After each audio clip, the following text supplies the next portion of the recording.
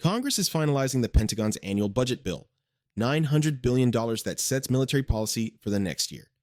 Here's what's in it and where it stands right now. The National Defense Authorization Act, or NDAA, is the annual bill that authorizes funding and sets policy for the U.S. military and national security programs. This isn't the money itself. That comes from separate appropriations bills.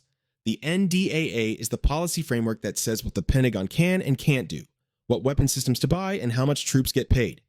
The House and Senate each passed different versions this fall. They're now negotiating a final compromise.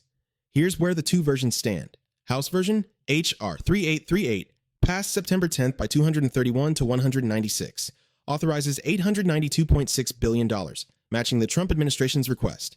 Senate version, S2296, passed October 9th by 77 to 20. It authorizes $913.9 billion, adding $32 billion above the administration's request. Despite the funding gap, both versions agree on key priorities, like service members getting a 3.8% pay raise.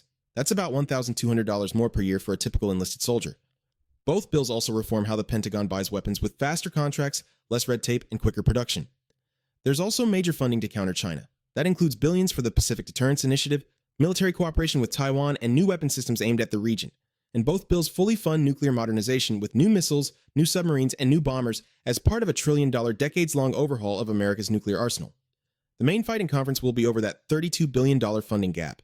The Senate wants more for shipbuilding and munitions production, military construction projects, and nuclear weapons programs.